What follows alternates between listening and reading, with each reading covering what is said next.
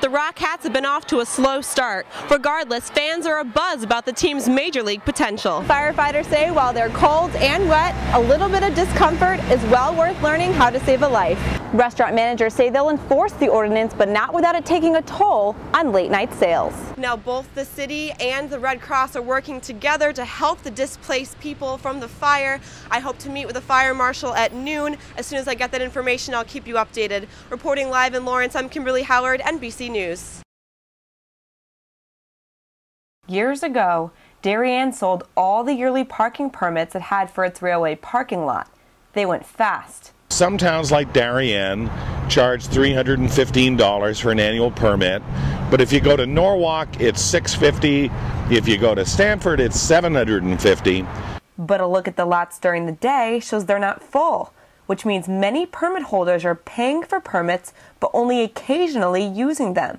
That's keeping folks like Nancy Cashel, who really needs a permit, from getting one. Since I moved here 4 years ago, I've been on the waiting list for a parking spot and have yet to hear anything about that. When we first moved into Darien, they said there was quite a bit of a waiting list, and I put our name on there, and I haven't heard since. And they won't hear anything until the town solves what is proving to be an enormous problem for commuters who want to park their car and take the train, but can't. I walk here, or I ride my bike, not during the winter, but I ride a bike or a scooter. How long is the walk? The walk is around 12 minutes. But not everyone can walk, and the town is being criticized for crawling in its effort to find a solution. It's another example, I think, of the state getting behind the curve, being reactive instead of proactive. The parking issue is something that should have been addressed 10 years ago. Officials have proposed several solutions to the parking problem in Darien. Quick fixes include adding more sidewalks and more bike racks, providing hourly car rentals close by, or offering incentives to carpoolers like closer spaces and lower rates. These things would at least make the train more accessible. An idea of a multi-level parking garage was shot down some years ago, but could be revisited in the near future if commuters can't get off the waiting list. In Darien, Kimberly Howard for Darien Patch. It's about 28 degrees here at the beach, and with the wind chill factor, it feels downright frigid.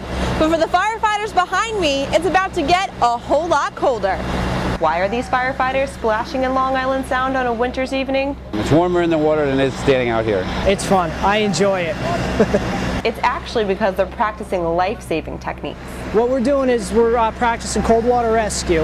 What it is if somebody falls in the ice, such as if they're skating on Tilly's Pond, or if they come out to a private pond and somebody falls in, we have these suits called Mustang suits that we get in, and we go out and rescue the victim. The Norotan Heights Fire Department is made up of all volunteers, and it's just one of the 3 departments in Darien to practice their skills annually.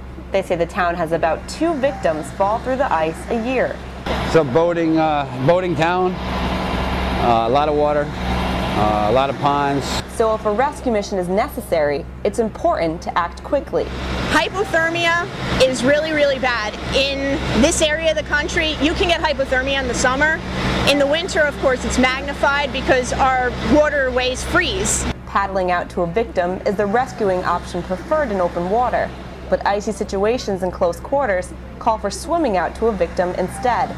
So firefighters practice in their yellow, thermal, water-resistant suits again. And they're actually warmer in the suits than we are on the shore. Again. This is my 5th or 6th time. And again. We're going to be ready for anything, so it's good. And the firefighters say while they're cold and wet, a little bit of discomfort is well worth learning how to save a life. And they're going to do it all over again on Sunday. At Pear Tree Point Beach in Darien, I'm Kimberly Howard for Darien Patch.